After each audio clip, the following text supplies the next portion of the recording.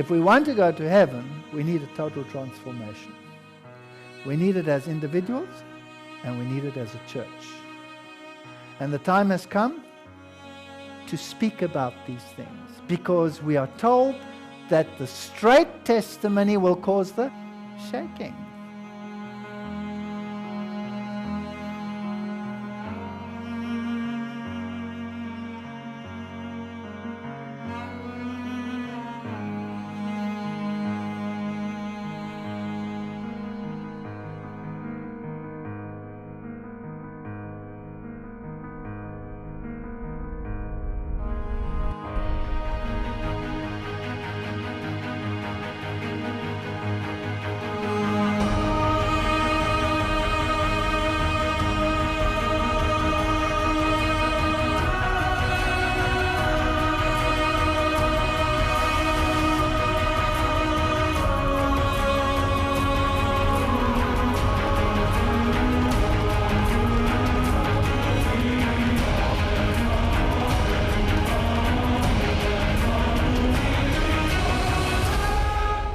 We will have to have a total transformation.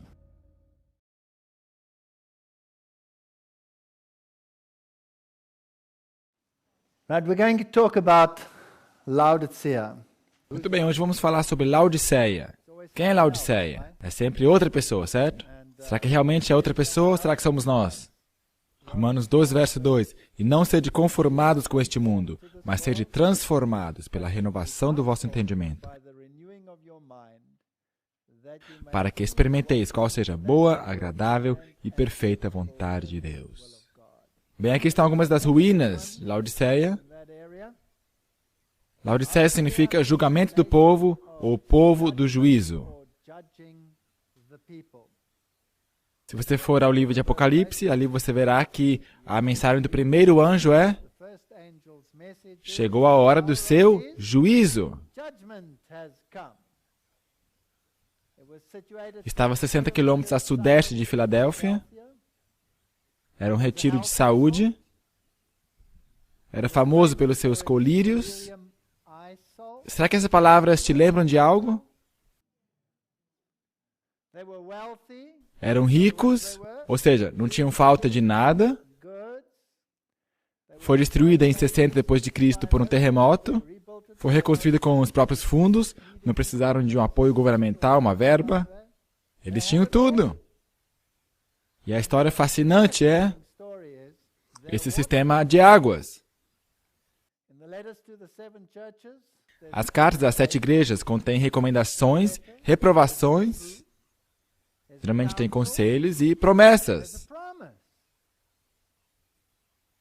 Mas Laodiceia não recebe nenhum elogio. 0. As cartas se dirigem aos últimos luzeiros de Deus, sua igreja, e nada lhe parece favorecer, é seu povo, e não há nada que lhes recomende. Imagine, nada, nem uma palavra. E obviamente, se Deus nos dá essa mensagem, Ele nos conhece melhor do que nós mesmos.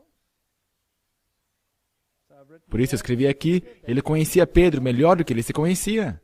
Não eu, Senhor, mesmo que todos te neguem, porém não eu.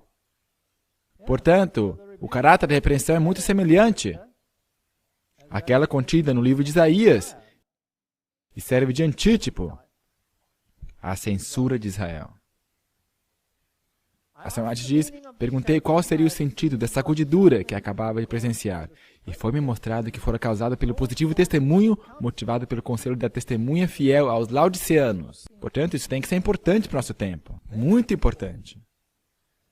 Esse testemunho terá o seu efeito sobre o coração do que o recebe, levando a exaltar a norma e a declarar a positiva verdade.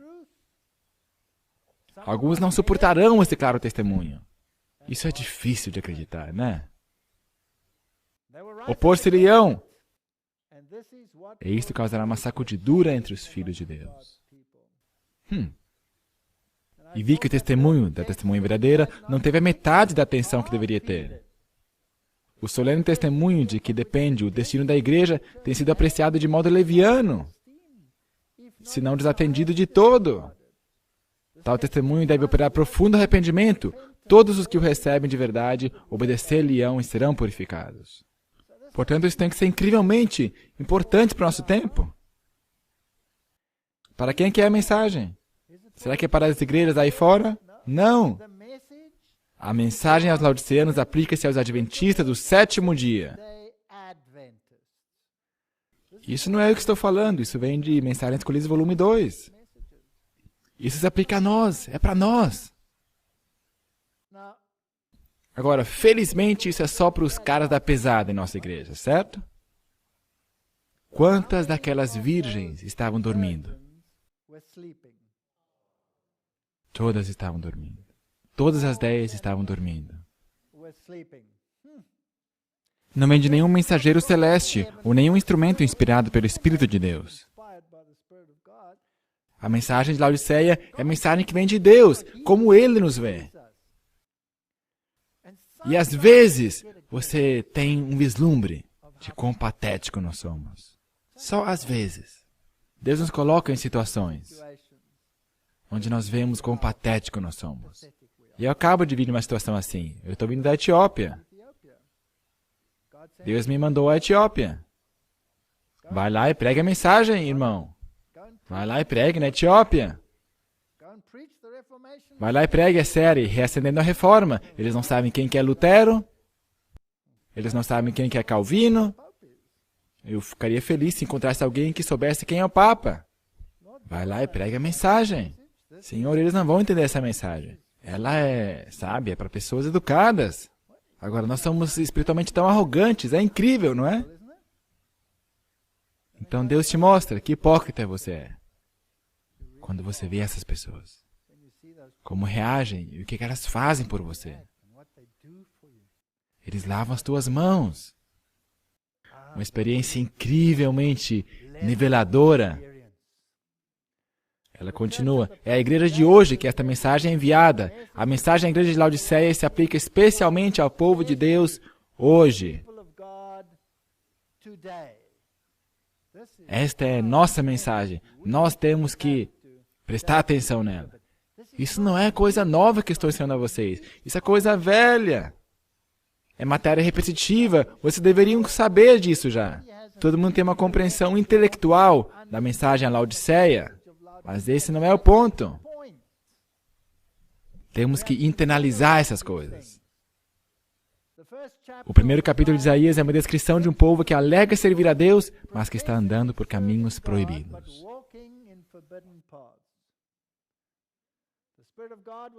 O Espírito de Deus movia os corações da congregação a uma consciência que chegara o tempo mencionado no primeiro capítulo de Isaías.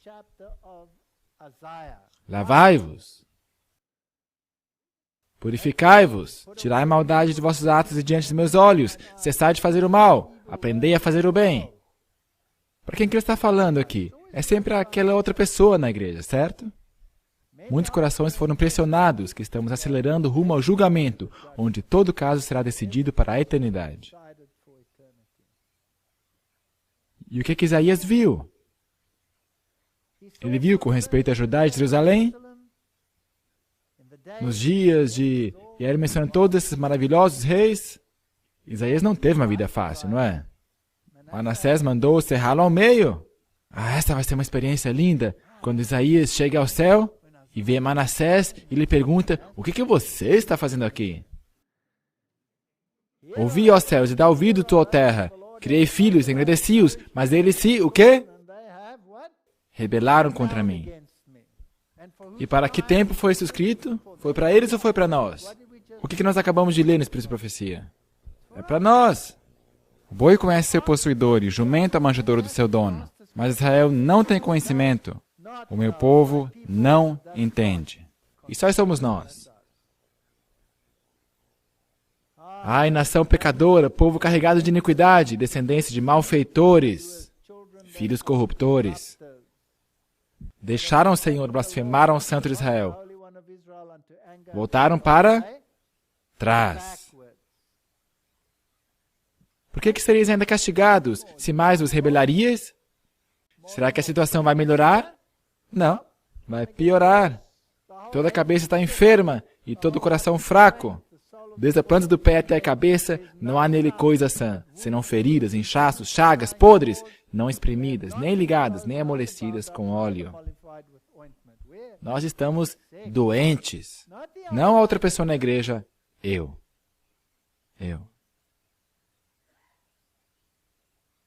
Escreve essa mensagem à igreja. Escreve ao anjo dessa igreja.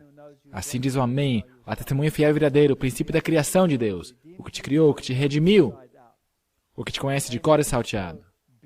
Amém. Assim seja, fiel, verdadeiro, princípio da criação, o princípio da criação de Deus. Sabe, algumas pessoas dizem que aí diz que Jesus foi criado, a palavra grega aí, arche, tem o sentido de ter iniciado o processo. Ele é o Criador, Ele é o que te está informando qual a sua real condição. Aqui estão algumas ruínas de Laodiceia, mas eu gosto de mostrar esse cano aqui. É de uma de minhas palestras anteriores, mas eu vou repetir. Maravilhoso! Esse é um cano d'água que traz água de milhas, quilômetros de outra área. E o que é fascinante sobre esse cano d'água é a sua grossura e esse fluxo d'água que carregava. E porque vinha de tão longe, quando chegava a hora de a água sair do cano, já estava morna. Mas tem um teor salino relativamente alto. Portanto, quando você bebe esta água morna, te dá ânsias e dá vontade de vomitá-la. Portanto, a única forma de bebê-la é ou aquecê-la bem, então se torna palatável, ou muito fria. Não é interessante isso? É isso que de fato acontecia lá. Conheça as tuas obras, que não és frio nem quente. Quem dera que fosses frio ou quente. Assim, porque és morno e não és frio nem quente, vomitar-te-ei da minha boca. E se você conhece a história e a arqueologia, isso aí, esses conceitos assumem forma. Eles, na verdade, o bombeavam de um lugar como esse, onde a água liberava vapor, como você está vendo, e Laodiceia usava esta água quente, mas eles tinham que bombeá-la e canalizá-la e reaquecê-la. Ainda mostro esse camelo, porque eu amo esta arcada dentária. A coisa mais bonitinha que eu já vi. Só a sua mãe podia beijá-la. E quando eu estava lá, eu registrei esse menino colhendo o que eles chamam de gebere. E essas são ervas naturais, quase que anestéticas. Eles tratam de dores. Até hoje ali é um retiro de saúde. Eles têm esse colírio famoso. E o que nós temos que fazer com o colírio? Precisamos aplicá-lo para que possamos ver. Conheço as tuas obras, que nem és frio nem quente. Quem dera que fosses, mas agora eu vou te vomitar da minha boca. Essas são frases importantes, precisamos compreendê-las. Por que nós estamos numa condição tão patética? É porque nós dizemos que somos ricos. Estamos enriquecidos, de nada temos falta, mas nossa real condição é que somos desgraçados, miseráveis, pobres, cegos e nus. Isso quer dizer, espiritualmente, miseráveis, pobres, cegos e nus. E eu juntei os pensamentos aqui. Nós, de fato, somos mega ricos nesta igreja. Esta é a igreja mais rica do planeta, falando de forma espiritual. Somos os criadores do sistema moderno de indústria alimentícia de desjejum. Não há virtualmente nenhum domicílio sobre a face da terra que não tenha sido afetado por esta igreja. A granola vem desta igreja. Sucrilhos vem desta igreja. Geleia vem desta igreja. Creme de amendoim vem desta igreja. Leite de soja vem desta igreja. Uau! Não há ninguém aí fora que não tenha sido afetada pela indústria de desjejum. Temos a maior rede protestante de escolas do mundo. Representados em mais de 200 países. Temos centenas de editoras. agências impressionantes de ajuda humanitária. Em alguns países, eles só permitem a nossa agência entrar. Eles nem deixam entrar a Cruz Vermelha, porque não confiam nela. No papel, nós temos um sistema sólido de crenças protestantes. De fato, a única igreja protestante que restou no mundo. Nós somos o bastião do protestantismo. Eu sou um adventista do sétimo dia. Eu não sou simplesmente um evangélico. E posso defender a nossa doutrina em qualquer canto do mundo. Eu posso dizer, desculpa, eu amo vocês, batistas. Vocês são muito gente boa, mas eu não posso me tornar um batista, porque eu não posso crer no futurismo. Eu não posso crer no dispensacionalismo, não é bíblico. Eu posso dar todas as razões porque não é bíblico. Mas, em todo caso, está escrito nos seus credos de que vocês não são nada disso. Por que vocês abraçaram esses conceitos? Diferentemente do que vocês eram. Eu posso fazer isso? Eu posso falar sobre o metodismo? Wesley, eu posso relembrá-los. O que Wesley falou sobre a lei. Fantástico. Eu não posso viver sem a lei por um momento. Porque a lei me envia a Cristo e Cristo me envia de volta a lei. Um não pode sobreviver sem o outro. Brilhante! Aonde você se encontra agora? Pedindo para participar da missa junto com Roma. E minha Eucaristia em comum. Para mostrar ao mundo que somos um. Qual é essa de vocês? Vocês por acaso perderam seu senso de direção? Eu posso passar por uma religião atrás da outra. Por que vocês todos creem na imortalidade da alma? Todas vocês religiões. O que vocês estão empreendendo sobre a expiação, sobre a eficácia da morte de Cristo? Por que teria Ele que morrer para que você pudesse ter vida eterna? Se você tem a imortalidade. Cristo morreu em vão para te dar o que você já possui. Patético. Não há nenhuma doutrina ali. Gente, nós somos ricos. Nós temos a verdade. Eu poderia pendurar qualquer igreja evangélica e dizer-lhes por que elas não são bíblicas. É por isso que elas ficam irritadas. Qual seria outro motivo de elas ficarem irritadas? Certo?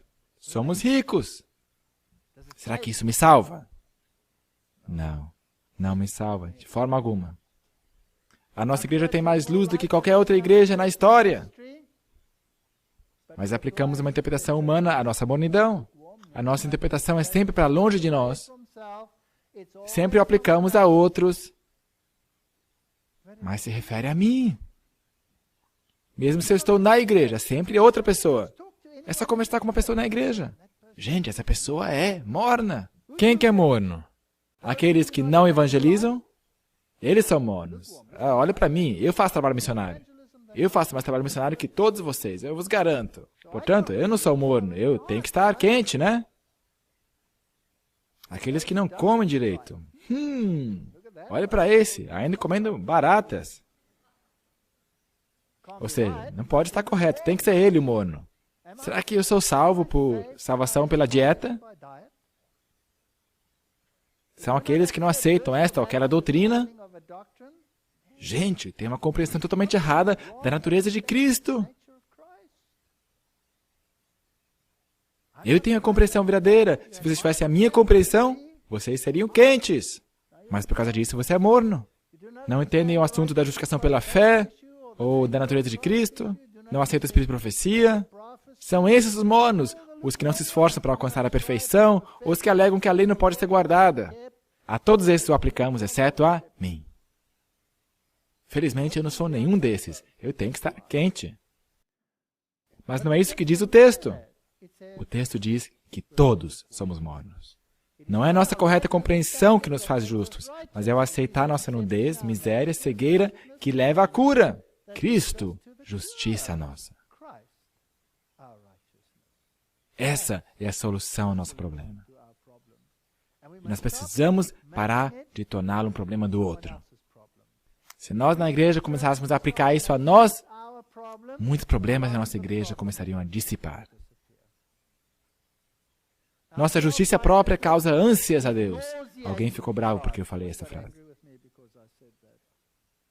Mas o próprio Deus diz isso, que Ele quer nos vomitar. Diz que te quer vomitar. Agora, só tem uma coisa de que podemos estar certos. Nós somos patéticos. Cada um de nós. Como está escrito, não há um justo, nem um sequer. Paulo, miserável homem que sou, quem me livrará do corpo desta morte? Alguém me disse, mas isso era antes de sua conversão. Não. Isso foi quando ele reconheceu quem ele era. Temos aí o padrão da justiça, que é a lei. Nós somos julgados pela lei. Quer sejamos de um lado ou de outro. O julgamento começa conosco. E nós somos informados de qual é a nossa condição. E é melhor que nós comecemos a dar ouvidos. Portanto, basicamente, nós todos somos, o que se diz, sinceramente enganados. Que maior engano, isso aqui é Testemunhos para a Igreja, volume 3.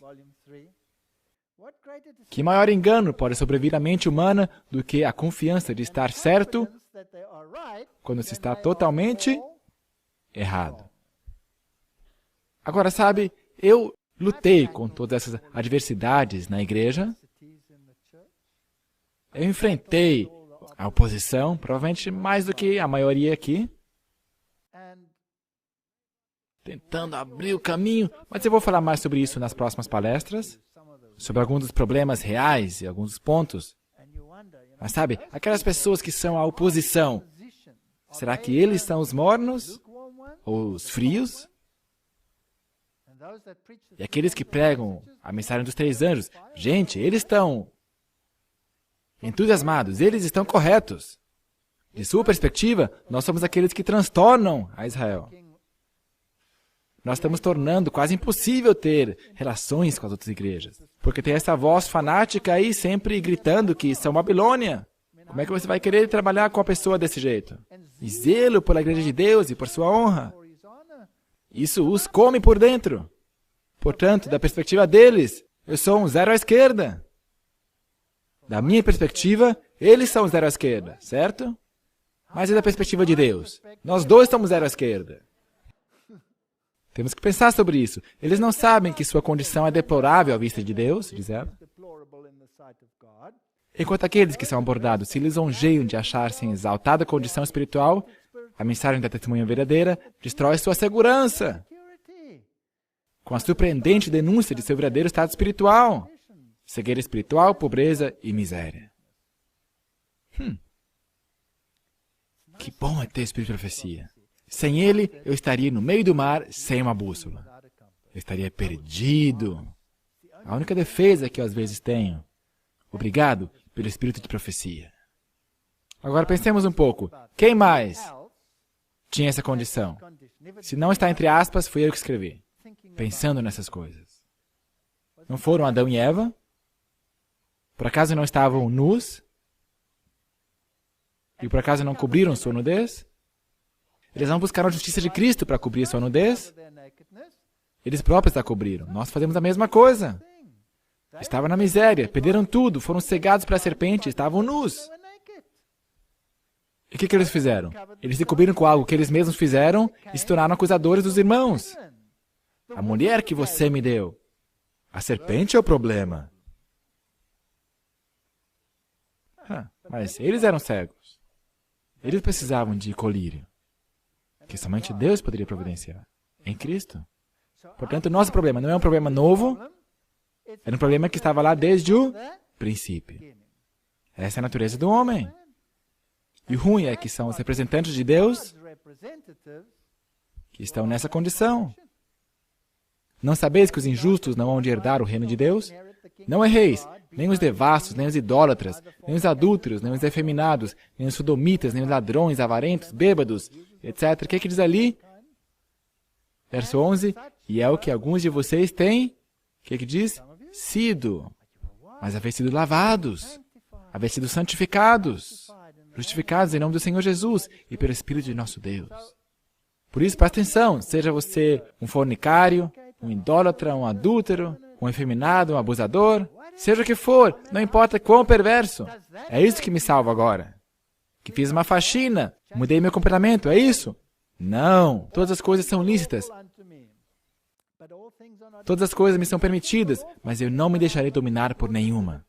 Eu não sou escravo. Eu posso ir lá e beber café. Eu posso ir lá e beber vinho. Eu posso ir lá e comer carne. Eu posso fazer isso. Nada me impede. Mas não convém. Não é sábio. Por isso, eu não vou fazê-lo. Então ele cita um provérbio de Epicúrio: os alimentos para o estômago e o estômago para o alimento. É isso que os gregos costumavam ensinar. Não importa o que você põe dentro do corpo. Não importa. Porque o corpo é só um recipiente. Depois você vai se libertar dele. Você vai se tornar espiritual. Portanto, o que você escolher, qualquer coisa que você colocar no seu estômago, não importa. Paulo não concorda com isso. Ele cita esse provérbio de Epicúrio e depois ele diz: Deus, porém, aniquilará tanto um como o outro. Esqueça suas doutrinas epicurianas. Ora, Deus, que também ressuscitou o Senhor, nos ressuscitará a nós pelo seu poder. Portanto, há uma solução para a nossa condição, mas não está em mim mesmo. E não está em meu comportamento. E se eu torno meu comportamento o padrão pelo qual eu julgo a outros, eu estou auto-enganado. Eu sou patético. Portanto, eu não posso fazer isso. Eu tenho que ter alguma transformação aí. E o Senhor vai me ajudar a lidar com isso. Como é que eu vou fazer isso, Senhor? Ou não sabeis que o que se ajunta com uma meretriz faça um corpo com ela? Porque serão, disse, dois numa só carne. O que dizer sobre prostituição espiritual? É a mesma coisa. Você se juntou ao Senhor. O mesmo Espírito. Fugir da prostituição. Todo pecado que o homem comete é fora do corpo, mas o que se prostitui peca contra o seu próprio corpo. Espiritualmente e fisicamente. O seu corpo é o templo de Deus, o templo do Espírito Santo. Não sois de vós mesmos. Vocês conhecem essas coisas. Portanto, se eu faço todas essas coisas agora, será que agora sou aceitável a Deus? Não, a minha condição ainda é patética. Não basta aceitar a verdade intelectualmente, nós já falamos sobre isso. Precisamos aceitá-la espiritualmente. Uma mudança de comportamento não basta. Então, como eu já disse, não podemos trocar um jogo de comportamentos e substituí-lo por outro jogo de comportamentos. E considerar isso a minha justiça. Não é a minha justiça. Precisamos de uma mudança de coração. Eu preciso de Cristo para implicá-lo ao coração, para tornar isso um princípio elevado. Eu não posso fazer isso por mim mesmo. O Samant diz, agora você pode começar a operar no plano de adição. Adicione à sua fé virtude, conhecimento, temperança, paciência e todas as graças cristãs. E todas as demais coisas perecerão. Sabe, nós temos pessoas em nossa igreja que elevam a reforma de saúde a uma religião. Você nunca os encontrou, né? Ok. E sabe, ao lidar com isso, eu reparo que geralmente há uma crise, alguma coisa que as pessoas não podem lidar com ela. Talvez não podem lidar com as suas relações matrimoniais, talvez com seus filhos, talvez há alguma falha, em alguma linha, alguma coisa que você não pode controlar, mas há uma coisa que eu posso controlar absolutamente, e é o que está no meu prato. Eu tenho controle perfeito sobre isso. É por isso que isso se torna uma religião. Isso é triste, porque Satanás vai usar isso e vai fazer parecer que todo mundo está na mesma categoria. Todo mundo que come direito é automaticamente rotulado um fanático. Você já percebeu isso? Portanto, precisamos cuidar de não fazer da nossa dieta uma religião.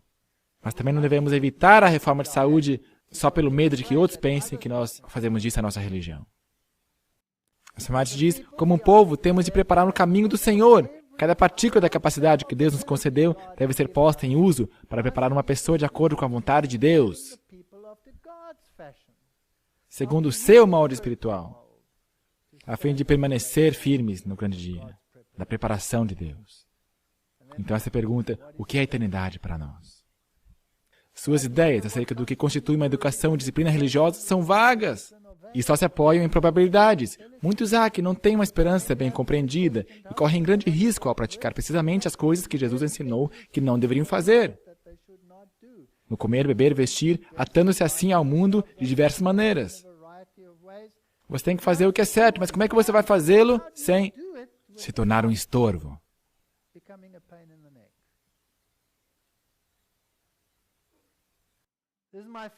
Essa é uma das minhas declarações favoritas da Bíblia. O que é justificação pela fé? Ou do Espírito de profecia, pelo menos.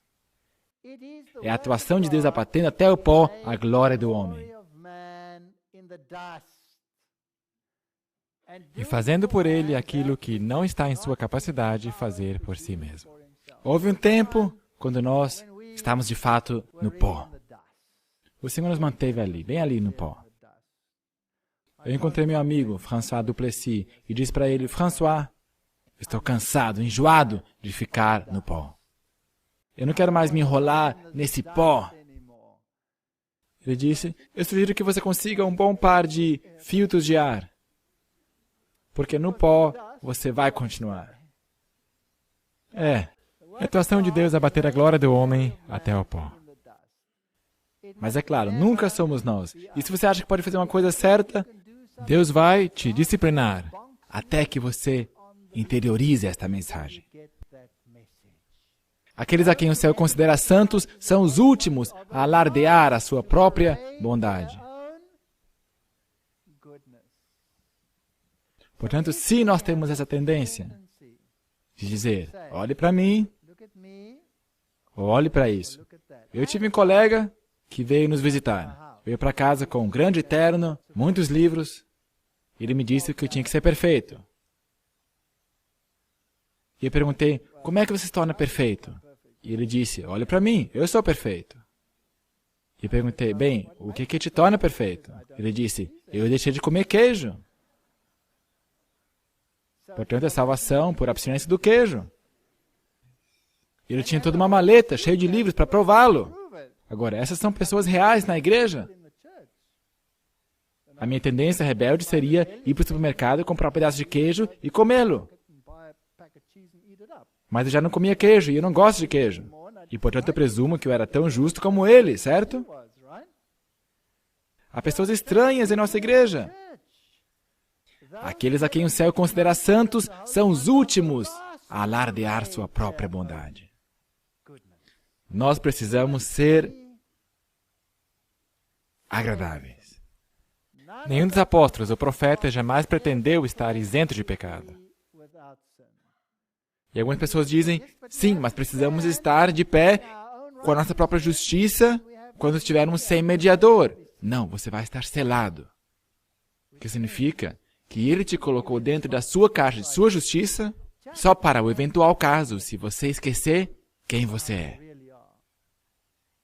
A senhora White diz, homens que viveram mais achegados a Deus, homens que sacrificariam antes a vida a cometer conscientemente uma ação injusta, homens que Deus honrou com luz e poder divinos, confessaram a pecaminosidade de sua natureza. Nós temos um problema. A justiça de Cristo, tão pura como a pérola branca, não possui defeito algum, mancha alguma, culpa alguma. Mantenha os seus olhos sobre Jesus e esqueça as suas próprias obras.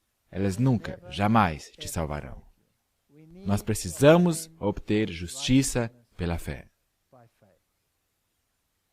Ora, aquele que faz qualquer serviço, não lhe é imputado salário segundo a graça, mas segundo a dívida. Se eu acho que estou indo bem, conseguindo pontos com Deus, isso é um salário. Isso é um salário. Não, eu não recebo um salário. Eu não recebo nada. Deus diz, olhe para mim. Olhe para mim somente. Mas aquele que não pratica, mas crê naquele que justifica o ímpio, a sua fé lhe é imputada como justiça. Nós precisamos estar vestidos com sua justiça. Regozijar-me-ei muito no Senhor, a minha alma se alegrará no meu Deus, porque Ele me vestiu de roupas de salvação. Porque Ele, está implícito aí, cobriu-me com o manto de justiça, como um noivo se adorna com o turbante sacerdotal e como a noiva se enfeita com as suas joias. Portanto, a mensagem à Laodiceia é uma mensagem pessoal, E eu preciso fazer um esforço consciente de divorciar a mensagem de todos os problemas dentro da igreja e concentrar-me em mim mesmo. E quando eu começar a entender isso, então eu posso começar a dar atenção ao irmão Rococó com olhos totalmente novos. Olhos totalmente renovados. Ellen G. White, somente as vestes que Cristo proveu podem habilitar-nos a aparecer na presença de Deus. Essas são as vestes de sua justiça. Tudo que podemos fazer de nós mesmos está contaminado pelo pecado. Portanto, até os meus esforços de fazer o que é correto, muitas vezes têm a motivação errada. E nós precisamos nos afastar dessa atitude crítica. Por sua obediência perfeita, tornou possível a todo homem obedecer aos mandamentos de Deus. Portanto, quanto mais perto nós chegarmos a Ele, tanto menos falaremos das coisas que nós fazemos certinho e do que os irmãos fazem errado. Ao nos sujeitarmos a Cristo, nosso coração se une ao seu, nossa vontade emerge em sua vontade, nosso espírito torna-se um com o seu espírito. Nossos pensamentos serão levados cativos a Ele. Vivemos sua vida. Portanto, a quem se dirige a mensagem de Laodiceia? A nós, individualmente. E nós realmente temos que começar a fazer um esforço consciente para internalizar essa ideia. Justiça imputada e impartida, essas são chiques palavras teológicas. Justificação e santificação são presentes de Deus pelos méritos de Jesus Cristo. E obediência aos mandamentos é a consequência dessa constante confiança nos méritos de Cristo. Nunca devo permitir o eu aflorar. Nossa mensagem é o Evangelho eterno, salvos pelo sangue do Cordeiro. Nosso caráter será moldado à semelhança divina da lei de Deus, mas nunca sem Ele. Eu gosto do que a Ellen White diz: eu devo atuar na minha esfera e Ele atuará na sua esfera. Agora, eu não posso confundir esses dois. Eu não posso confundir os dois para que não aconteça que eu exalte a mim mesmo e me torne um alter Christos, um outro Cristo sobre essa terra. Eu sempre serei menos e importa que Ele cresça. A mensagem de Laodiceia se aplica a todos que professam guardar a lei de Deus, mas não a praticam. Sabe, as pessoas dizem, você não pode guardar a lei de Deus. E é verdade, eu não vou conseguir em minhas próprias forças. Mas eu posso guardá-la na minha esfera, assim como Deus a imputa em sua justiça, assim como Deus a guarda. E quanto menor eu me torno, e quanto maior ele se torna, tanto maior a justiça imputada afeta as minhas obras. Se não for, ouviremos as terríveis palavras, não te conheço. A irmã White diz, porventura não enviou o Senhor Jesus mensagem após mensagem de repreensão, de advertência, de súplica a esses satisfeitos consigo mesmos? Não têm sido desprezados e rejeitados seus conselhos? Nós precisamos cair sobre nossos joelhos e perguntar ao Senhor, Senhor, de que forma a mensagem a Laodiceia se aplica a mim hoje? E como posso eu encontrar a solução? Colírio, para que possa ver com os olhos da fé o que Cristo está fazendo por trás dos bastidores. Cristo vê aquilo que o homem não vê. Ele vê os pecados que, se não houver arrependimento, esgotarão a paciência de um Deus longânimo. Cristo não pode defender os nomes dos que estão satisfeitos com sua presunção. Essas não são palavras populares hoje em dia. Ninguém quer ouvir isso. Todo mundo vai para o céu se você escuta o que diz a nova teologia. Não é verdade? Mas a tipologia me diz que não houve uma multidão de pessoas tentando entrar na arca? Será que a tipologia não te ensina isso também? Não é certo? Ali houve uma tipologia também. E a realidade é sempre maior do que o tipo. Portanto, eu espero que haja mais do que 8. Não pode intervir em favor de um povo que não sente necessidade de seu auxílio, que alega saber e possuir tudo. Isso aí somos nós. E mesmo assim o diabo odeia essa igreja. Por quê? Porque guarda os mandamentos e tem um testemunho. Os testemunhos nos ensinam e nós os ignoramos. Esta é a fé que sobrevive quando provada pelo fogo. É isto que o incita a declarar guerra. E nós conhecemos a doutrina. Os judeus guardavam os mandamentos e crucificaram a Cristo. As igrejas modernas exaltam a Cristo e crucificam a lei. Mas nós somos ricos, nós laodiceanos. Nós sabemos que a lei e a graça se beijaram na cruz. Nossa doutrina está correta e nós somos salvos pela doutrina. Não! Nós precisamos, como qualquer outra pessoa, aplicá-lo ao coração. Nossa justiça tem que superar a dos fariseus. Será que os fariseus conheciam a letra da doutrina, sim ou não? Sim. Paulo disse, eu era um fariseu. Ele conhecia a doutrina. Ele sabia que sua doutrina estava certa. Ele sabia que se ele a lançasse no meio da multidão, os saduceus iriam cair em cima dos fariseus. Ele sabia disso.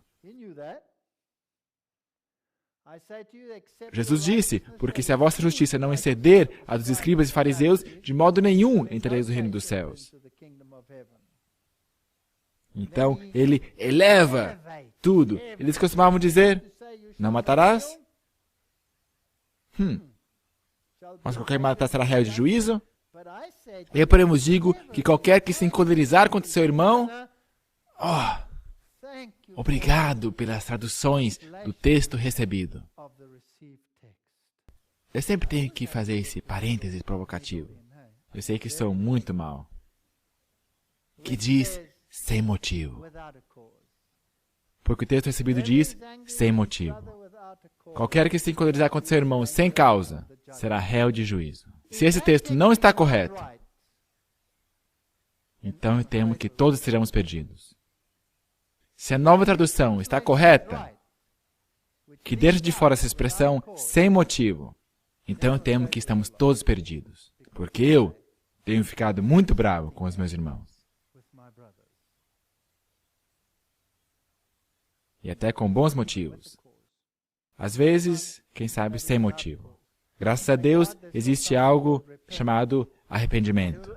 Qualquer que disser a seu irmão, raca, será réu do sinédrio. Tolo.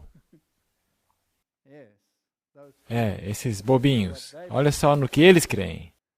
Ouvir isso que foi dito aos antigos, não cometerás adultério. Mas eu vos digo, porém, que qualquer que atentar a uma mulher para cobiçar, já em seu coração cometeu adultério com ela. Então o que ele está fazendo? Será que ele está abaixando a norma? Ou será que ele está elevando a norma? Ele está elevando a norma, não abaixando a norma. Eu não sei como é que pode usar esses textos para justificar a teologia moderna. Não combina.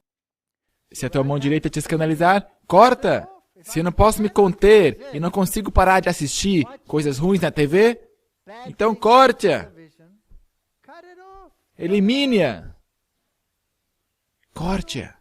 Se eu não consigo resistir a seja o que for, então jogue isso fora. E peça a Deus para te ajudar. Caso contrário, teremos problemas. Ai de vós, escribas e fariseus hipócritas, porque vocês fazem todas essas coisas, dão dízimo da hortelã e tal, e vocês fazem outras coisas, mas vocês não têm misericórdia e a fé. Deveis, porém, fazer essas coisas e não omitir aquelas. Eu gosto dessa citação aqui. A vida cristã é uma contínua batalha, marcha contínua. Mas a maior batalha não está lá fora. Não é com associações mornas, com presidentes. A maior batalha está logo aqui. E demos graças a Deus por toda a apostasia na igreja. Será que isso soa terrível? Eu já vou lhe mostrar um texto. Onde a senhora White diz por que Deus permite a apostasia na igreja. Nós precisamos dela. Precisamos dela. Ela continua, precisamos cultivar a santidade da Bíblia. O pecado domina entre o povo de Deus. A positiva mensagem de repreensão aos laodiceanos não é acatada. É verdade, nós abaixamos a norma constantemente para alcançar as pessoas onde elas estão. Eleve as normas. Eu não estou dizendo se pareça com uma avó. Bem, as vós sempre são uma gracinha, não é? Mas você não tem que se vestir como na Idade Média para estar de bem com Deus. Não há salvação por chapéu ou salvação pelo comprimento da barra. Mas você não tem que expor tudo para estar no outro lado do extremo. Simplesmente seja normal. Pensam que não é necessário o testemunho do Espírito de Deus em reprovação, ou que não se refere a eles. Eu gosto dessas citações. Diz a testemunha verdadeira de uma igreja fria, sem vida e sem Cristo. Muitas vezes eu tenho que confrontar palavras assim.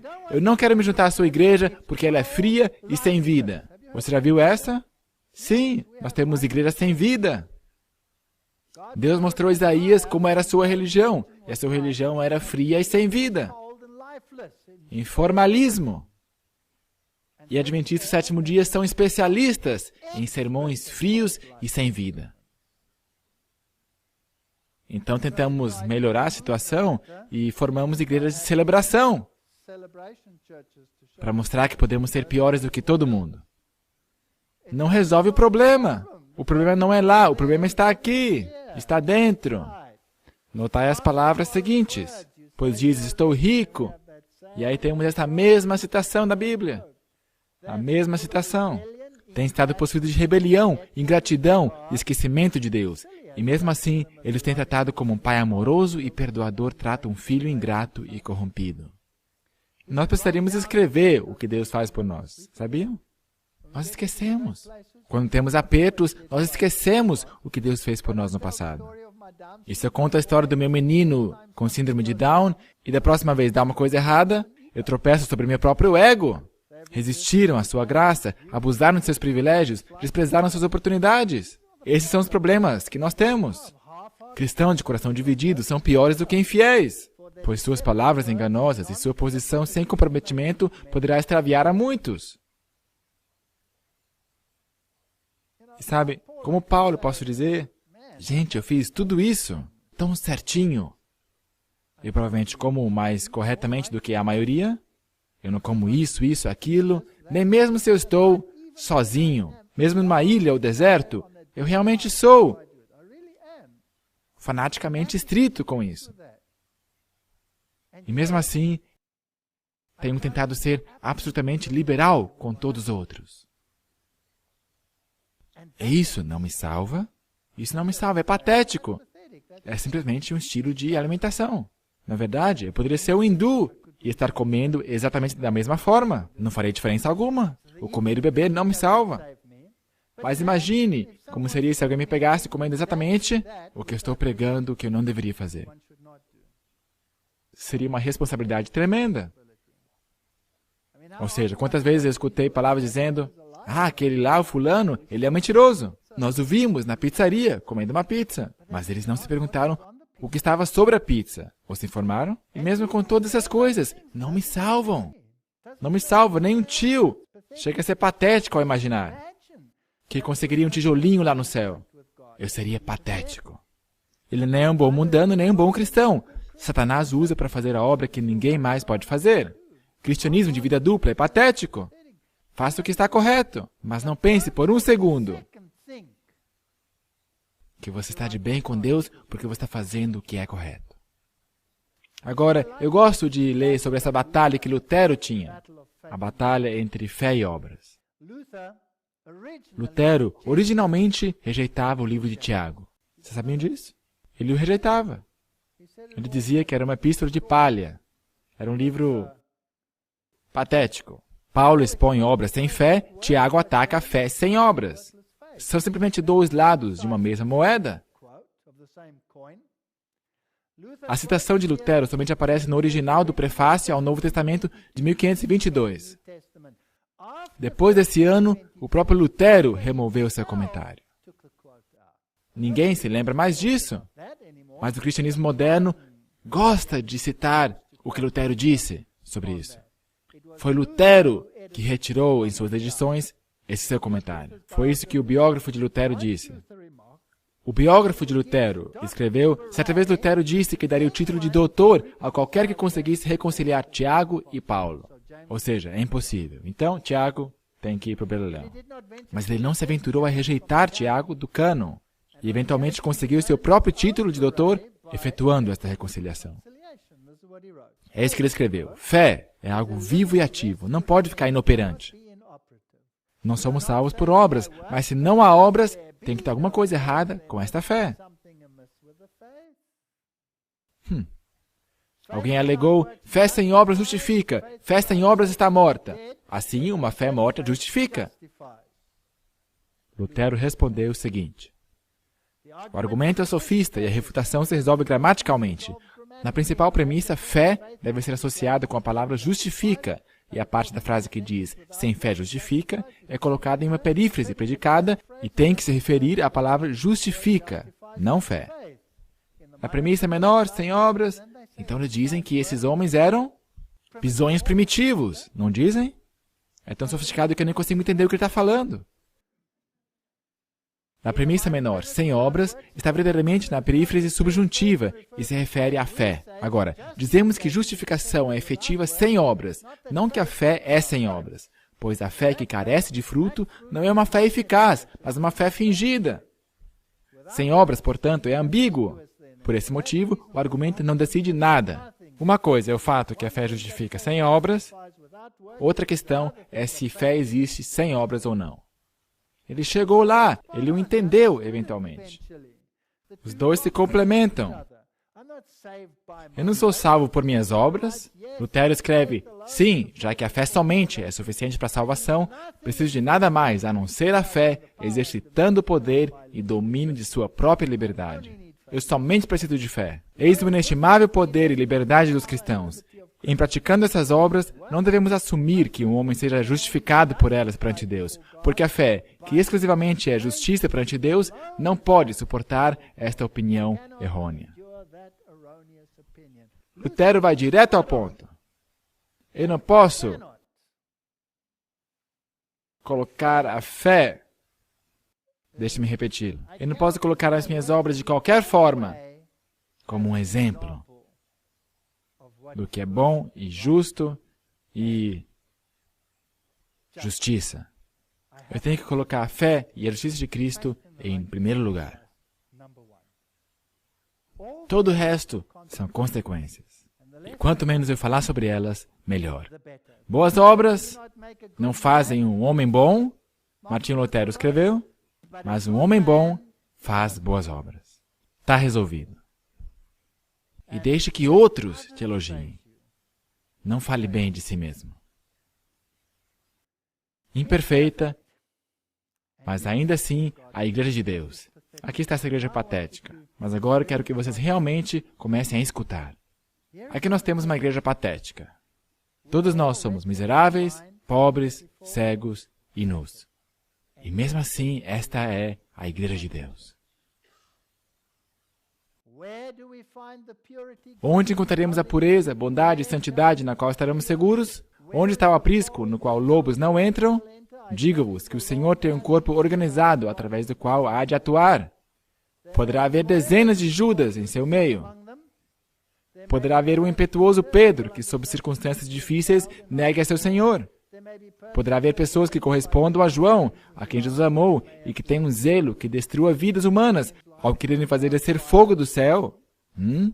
Para vingar um insulto a Cristo e a verdade. Mas o grande mestre procura dar lições contendo instruções para corrigir esses malos existentes. Ele está fazendo o mesmo com a sua igreja hoje. Agora, eu gosto da história das 7 igrejas. Em cada um dos casos, Deus diz, se você não se arrepender, eu vou remover o teu candeeiro e o darei a outros. Mas não assim com Laodiceia. O que ele diz a Laodiceia? Ele diz, compre de mim ouro refinado pelo fogo. E se você não o fizer, o que vai acontecer contigo? Eu vou te vomitar. Não há o remover desse candelabro e a entrega a outra pessoa, a outro grupo. Em Laodiceia, há uma sacudidura, há um vomitar. Isso é muito importante. Portanto, nós somos patéticos, mesmo como um corpo organizado. Efésios, e sujeitou todas as coisas a seus pés, e sobre todas as coisas o constituiu como cabeça da igreja, que é o seu corpo, a plenitude daquele que cumpre tudo em todos. Portanto, nesta igreja, nós temos todas essas pessoas patéticas. E todos se acusam um ao outro. E todo mundo pensa que ele está certo e que os outros estão errados. Desde o princípio tem sido o plano de Deus que através de sua igreja seja refletida para o mundo a sua plenitude.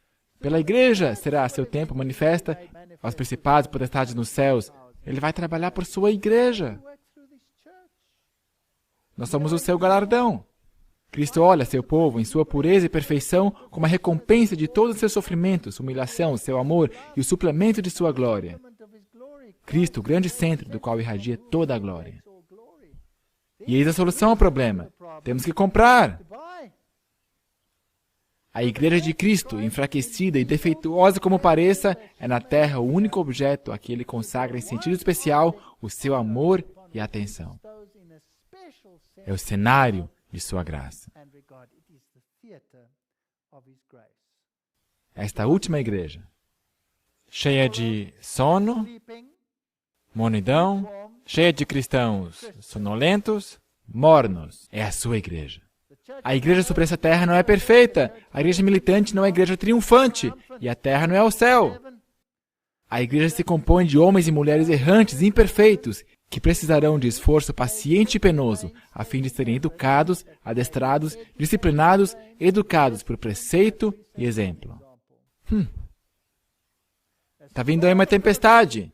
E ao ela se aproximar, uma classe numerosa que tem professado a fé na mensagem do terceiro anjo, mas não tem sido santificada pela obediência à verdade, abandona sua posição, passando para as fileiras do adversário. O que vão fazer? Vão abandonar sua posição e cair fora. Mas eu tenho que cuidar, para eu não fazê-lo. Então, assim como eu disse a uma irmã hoje, a solução do problema é um potinho de cola. Super Bonder. E aplicá-lo ao meu traseiro. E se assentar na igreja. E, se necessário, me tornar uma pedra de tropeço.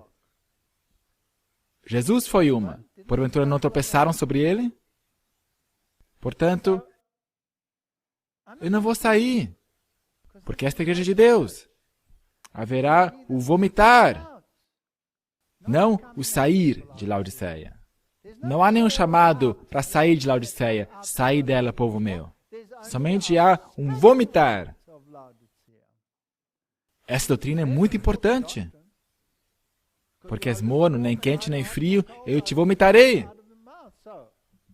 Está aí. Portanto, é melhor que a gente aprenda. E acertar com Deus. E isso é somente pela justiça de Cristo. Porque todas as minhas obras e toda a minha justiça são nada mais que trapos imundos. Perguntei a significação da sacudidura que eu vira, e foi-me mostrado que era determinada pelo testemunho direto contido no conselho da testemunha verdadeira, a igreja de Laodiceia. Isto produzirá efeito no coração daquele que o receber, e levará a empunhar o estandarte e propagar a verdade direta. Alguns não suportarão esse testemunho direto, levantar-se-ão contra ele. Vi que o testemunho da testemunha verdadeira não teve a metade da atenção que deveria ter. Apreciado de modo leviano, desatendido.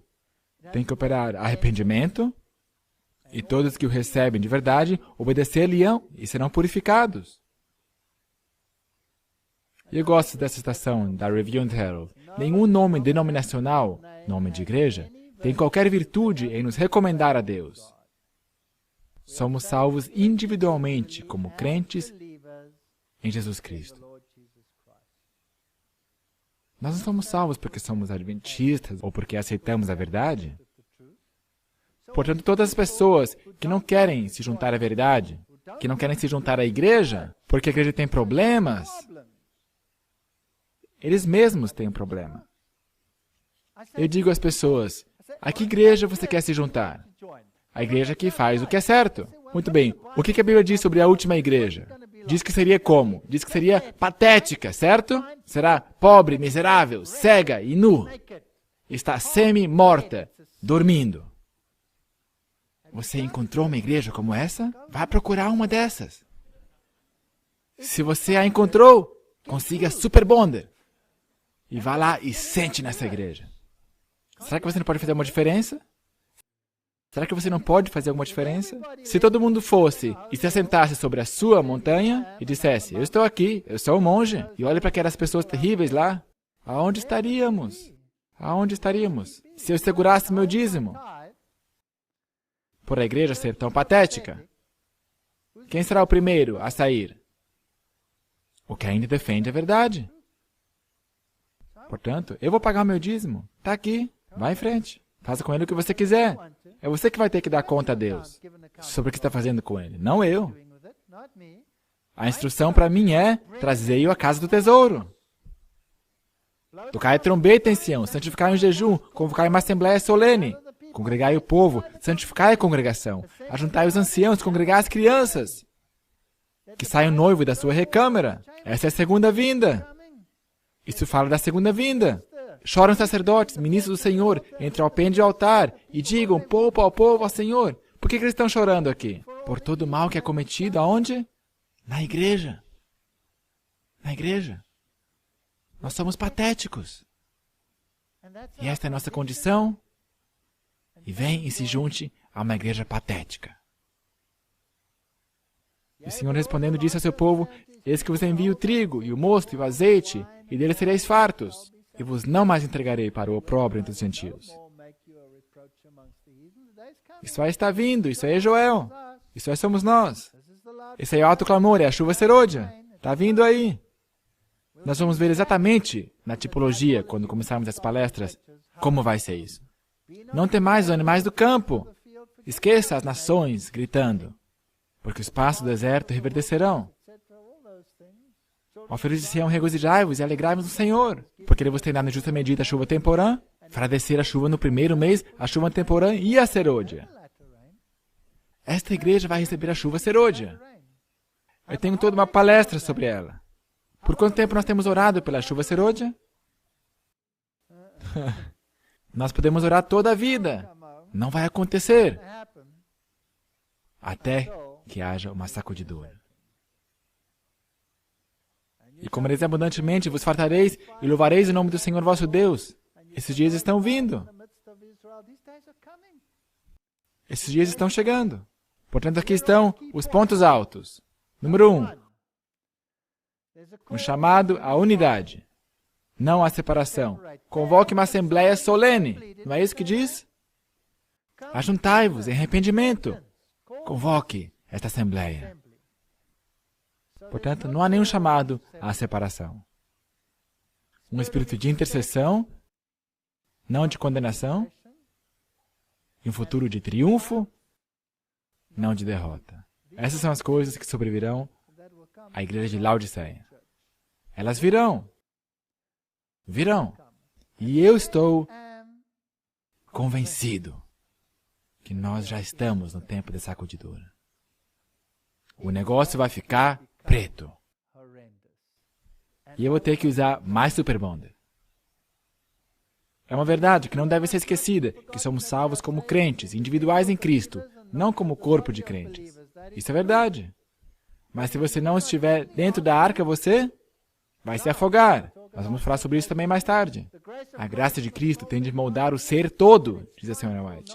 E seu triunfo não será completo antes que o universo celestial testemunhe, no comportamento dos filhos de Deus, a habitual ternura de sentimentos, amor semelhante ao de Cristo.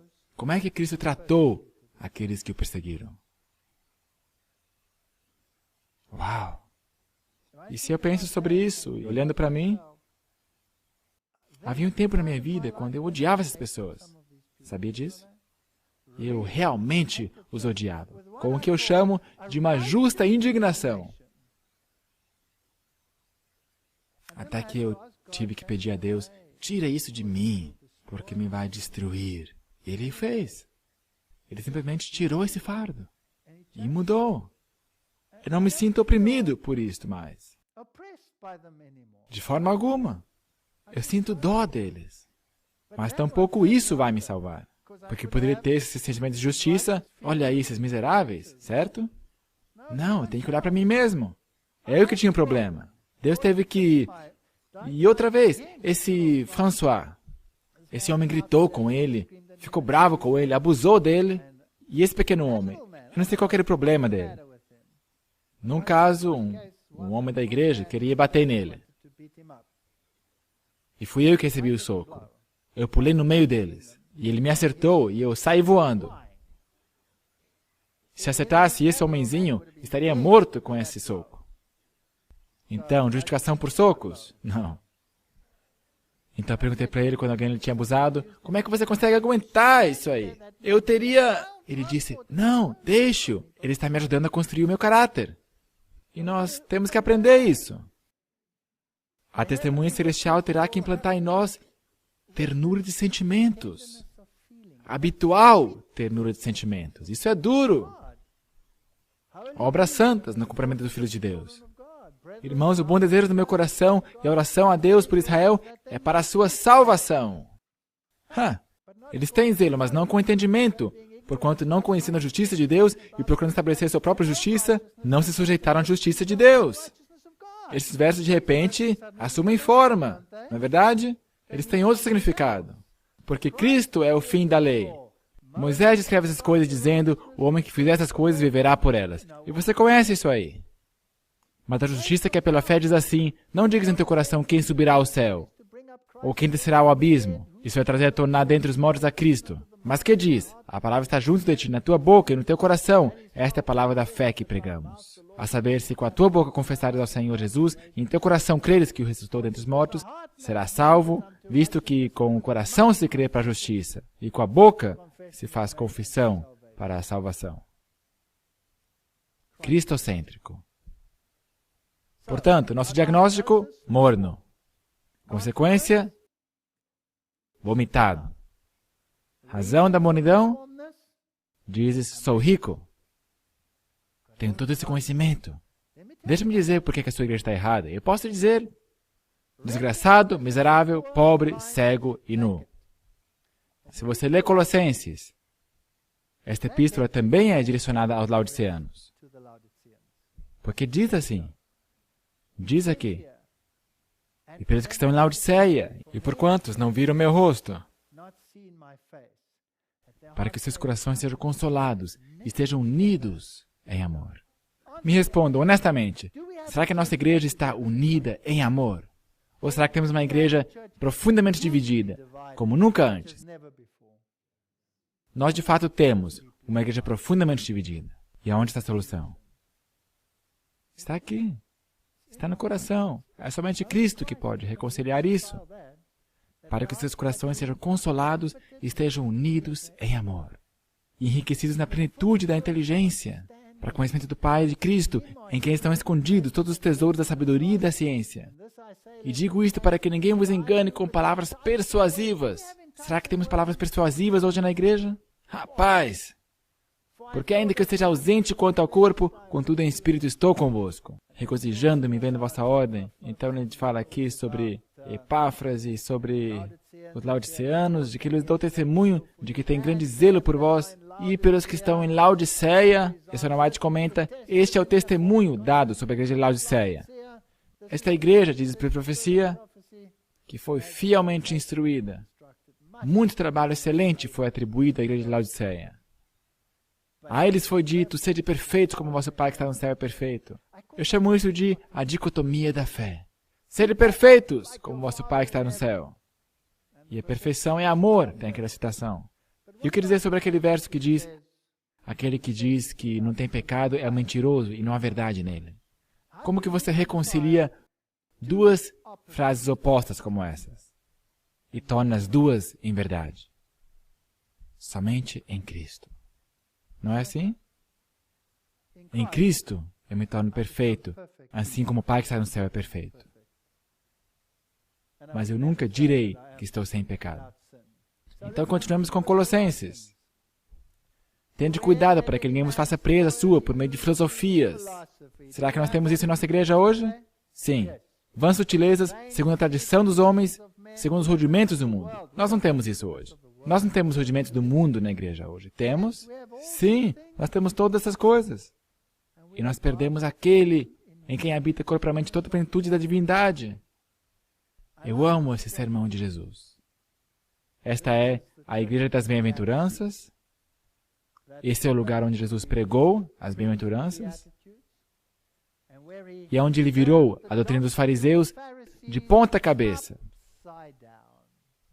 Onde ele pegou a sua riqueza e sua glória e seu alto engrandecimento e os tornou nulos, vazios. Em vez de dizer, bem-aventurados são os filhos de Abraão, porque deles é o reino dos céus. Ele diz, bem-aventurados os pobres de espírito, porque deles é o reino dos céus. Virou de ponta cabeça. E essa palavra ali, ptochos, que é a pobreza mais desprezada pela humanidade, nos mostra qual é a nossa condição espiritual. Se nós reconhecemos que estamos espiritualmente falidos, como aquele homem que estava morrendo sobre seu leito, dizendo, eu não tenho nada a oferecer. Eu disse, perfeito! Vocês lembram? Perfeito, entregue o seu nada, a sua indignidade, e troque-o por sua perfeição. Você descobriu onde você está. Você não tem nada a oferecer. Então você chora pelo seu pecado. Você sente dor pelo que você fez. Todos nós viemos de transfundos de pecado, quer tenhamos nascido nesta igreja ou não. Nós todos somos imundos, porque serão consolados, bem-aventurados os mansos. Desce aí de seu cavalo, não diga, sou rico. Isso tem fome e sede por justiça, isso é fome absoluta. Então, você será farto, então você vai ser misericordioso, você não vai julgar os outros, você vai ser limpo de coração, tira, ó Deus, esses pensamentos, essa mente carnal. Bem-aventurados os pacificadores, bem-aventurados aqueles que amam a tua lei. Então você será perseguido. Esse é o teu salário. Vão rosnar os dentes contra você. E vão te injuriar e perseguir, e mentindo dizer todo mal contra você. Por minha causa, diz Deus. Então, em vez de lamentar tudo isso, o que nós deveríamos fazer? Alegrar-nos. É assim que a Bíblia diz. Alegrai-vos quando disserem toda forma de mal contra vós. Uau! Isso realmente é colocar o Evangelho de ponta cabeça.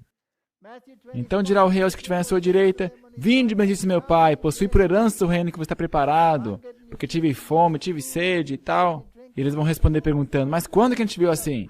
Então, quão naturalmente virão essas obras? Virão absolutamente de forma natural. Não vai ser uma questão de, olha o que eu estou fazendo. Eu comecei um mutirão aqui. Alô, todo mundo, eu comecei um mutirão. Não. Mas também você não vai deixar de atender as suas necessidades. Mas é algo natural. Eu era estrangeiro e hospedaste-me.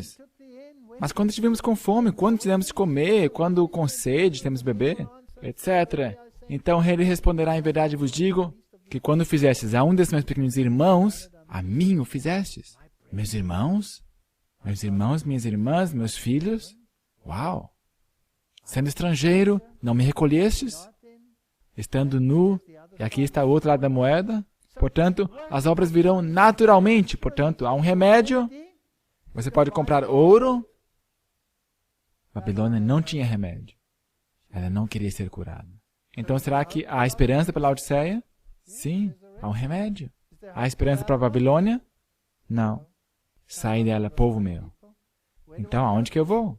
Quem que eu vou procurar? Antes da chuva ser hoje, eu vou procurar uma igreja patética, desgraçada, miserável, pobre, cega e nu. Eu vou unir-me a ela. Queríamos curar a Babilônia, mas ela não pode sarar. Apesar das trevas espirituais e afastamento de Deus prevalecentes nas igrejas que constituem Babilônia, a grande massa dos verdadeiros seguidores de Cristo encontra-se ainda em sua comunhão. Mas diz, saí dela, não na Laodiceia. Para Laodiceia diz, eu te vomitarei. Não podemos confundir esses dois. E a nossa igreja está começando a confundi-los. E é por isso que temos adventistas da reforma, que dizem, esta igreja se tornou Babilônia. E hoje em dia eles são mais espertos. Eles dizem, não são Babilônia, ela é irmã de Babilônia. Estão ficando muito espertos. E vão e se unem a eles. Eu conheci os Adventistas da Reforma na Alemanha, que me disseram, por que você está pregando nessa igreja? Por que você não vem e prega para nós? E eu disse, não, vocês vêm e assistem aqui. E eles disseram, não, mas aqui fede. Certo, mas na Arca de Noé também fedia. A solução é uma máscara. Compre uma, faça esse investimento. Pois é. Sr. White, digo novamente, o Senhor não falou por nenhum mensageiro que chame a igreja, que observa os mandamentos de Deus, Babilônia. É verdade que haja joio com o trigo, mas Cristo disse que enviaria seus anjos para juntar primeiro o joio e atá-lo em molhos para ser queimado, mas recolher o trigo no celeiro. O vômito está vindo! Não abandone essa igreja! Ela continua, o estudante da palavra encontra-se curvado para uma fonte de água viva. Ali embaixo, depois do negrito, a mensagem na Laodiceia tem soado. Peguem esta mensagem em todas as suas fases e soem-na ao povo, sempre quando a providência abrir o caminho. E não diga, são eles. Diga, sou eu. Aconselho-te que de mim compres ouro. Eu repreendo e castigo todos quantos amo. Sê, pois, zeloso e arrepende-te. É a nossa mensagem. E agora eu vou te chocar. Eis que estou à porta e bato. Se alguém ouvir a minha voz, para quem que ele está falando? A última igreja. Entrarei em sua casa e com ele cearei e ele comigo. Ao que vencer, considerei que ele se assente comigo no meu trono. Assim como eu venci, me assentei com o meu Pai no seu trono. Portanto, Jesus está à porta. E a Sra. White escreve que a porta do coração precisa ser aberta para o Espírito Santo, pois ele é o santificador e a verdade é um instrumento. Precisa haver uma aceitação da verdade tal qual é em Jesus. Esta é a única genuína santificação. A tua palavra é verdade. Lede a oração de Cristo em favor da unidade. Guarda em teu nome aqueles que me deste, para que sejam um assim como nós. Isso nos pode enlouquecer, considerando as facções na igreja. Isso pode nos enlouquecer, e temos que ser francos nessa série. A oração de Cristo não é apenas para aqueles que agora são seus discípulos, mas por todos os que hão de crer em Cristo através das palavras de seus discípulos até o fim do mundo. Agora, quando nós fomos lá em Laodiceia literal, a mulher lá era uma muçulmana. Nós fomos lá e batemos a sua porta. E nós queríamos simular o que Jesus fez. E nós fomos lá, ela abriu a porta, e foram essas pessoas aqui que saíram. E nós dissemos, nós somos de outro país e nós gostaríamos de ver o que vocês fazem, como é que vocês vivem. E eles foram tão simpáticos. Elas abriram a porta. E esta moça mais tarde se tornou uma adventista do sétimo dia. E ela traduziu o desejado de todas as nações ao persa, para que as pessoas o pudessem ler. Não é incrível isso? Bem, deixa para lá. Aonde está Jesus? E esta é a minha pergunta agora. Eu disse que eu iria chocar vocês. Se ele está batendo, quer dizer que ele está dentro ou fora? Portanto, Jesus está do lado de fora. Esta igreja inteira precisa da justiça de Cristo. Ele está do lado de fora. Deus não se impressiona tanto com o que fazemos, mas com o porquê o fazemos. Muitos atos que passam por boas obras, mesmo atos de beneficência, se analisados rigorosamente, terão de ser considerados como induzidos por motivos errados. Muitos há que recebem aplausos por virtudes que não possuem. O esquadrinhador dos corações inspeciona os motivos. E muitas vezes os próprios atos que são vivamente aplaudidos pelos homens são por ele registrados como provindo de motivos egoístas e vil hipocrisia. A nossa reforma de saúde, nossas boas obras, seja o que for que a gente fizer, pode ser hipocrisia. Precisamos ser cuidadosos. Portanto, meu apelo à igreja, dada a sua condição, olhemos para nós mesmos, cuidemos de nós mesmos. Vos digo, antes, se não vos arrependeres, todos de igual modo perecereis. Portanto, esquadrinhe seus próprios corações. Que esquadrinhemos nossos corações. Perguntemos a Deus, Senhor, estou de bem contigo? Por que eu faço isso? Por que eu acuso meus irmãos? Por que eu estou dizendo, esse aqui é mau, esse ali é isso, aquilo? Sonda-me, ó Deus, e conhece meu coração. Prova-me, conhece meus pensamentos. E vê se há em mim algum caminho mau e guia-me pelo caminho eterno. Porque a circuncisão somos nós, que servimos a Deus em espírito, e nos gloriamos em Jesus Cristo, e não confiamos na carne. Eu não posso ter nenhuma confiança em mim mesmo. Fé e amor, eis o ouro. Tenho que ter fé na sua justiça e tenho que ter amor.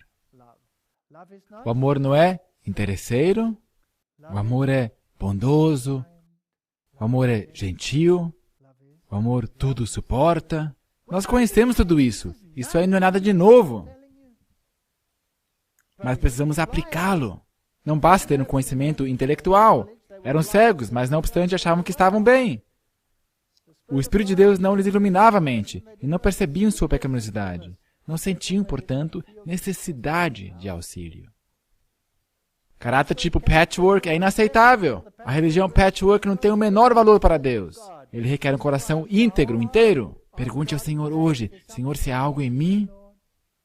Tem alguma coisa errada em mim? Alguns há que parecem sempre buscarem a pérola celestial, não renunciaram, porém, completamente seus maus hábitos. Será que há alguma coisa em mim que tem que ser renunciada? Me dê a força. Não tomaram a cruz de Cristo. Temos que passar por uma transformação total. Esta igreja não irá vencer se não passar por uma transformação total. Aqui está o julgamento, e a Sra. White o viu. Testemunhos para a Igreja, volume 5. E ela viu que, baixo o título de egoísmo, veio uma lista de pecados. Eu não posso ser salvo a não ser somente pela justiça de Cristo. Minhas ações são provavelmente motivadas 99,9% pelo egoísmo. Então, olhe para esse verso, Juízes 5, verso 23. Amaldiçoai a Emerose, diz o anjo do Senhor. Acremente amaldiçoai aos seus moradores, porquanto não vier ao socorro do Senhor contra os valorosos. Será que há uma guerra acontecendo, sim ou não? E quantas pessoas estão assentadas, deixando só 5, 10 ou 20 fazerem o trabalho? Vem, ajude. Essa é uma grande batalha.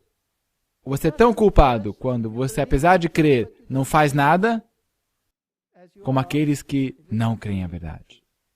Nem tampouco tem que se dizer, passou a cega, findou o verão, e nós não estamos salvos. Poderia acontecer. Afastemos a atitude de olhar para os outros e olhemos por nós mesmos. Eu tirei essa foto em Laodiceia. Vocês veem que é uma foto antiga que eu a escaneei. E a colheita estava madura. Era uma cena tão fantástica para fotografar em Laodiceia. A colheita está madura. Eu penso que agora está mais madura do que nunca antes. Não dizeis vós que ainda há 4 meses até que venha a ceifa? Eis que eu vos digo, levantai os olhos e vede as terras, que já estão brancas para a ceifa. Essa é a nossa última chance. Essa é a nossa última chance. E se nós acertamos as contas agora, haverá um vomitar, porque nós estamos indo para casa. Em breve. Muito em breve. Eu estou convencido que esta é a última geração. Eu creio de todo o coração. Eu não estou marcando data, mas os sinais estão todos aí. E o tempo de olhar por si mesmo está aqui agora. E quanto mais olharmos o nosso caráter e pedirmos a Deus para o retificar agora, tanto menos haverá problemas na igreja. Que o Senhor nos abençoe. Ao nós buscarmos aplicar a mensagem de Laodiceia aos nossos próprios corações. Amém.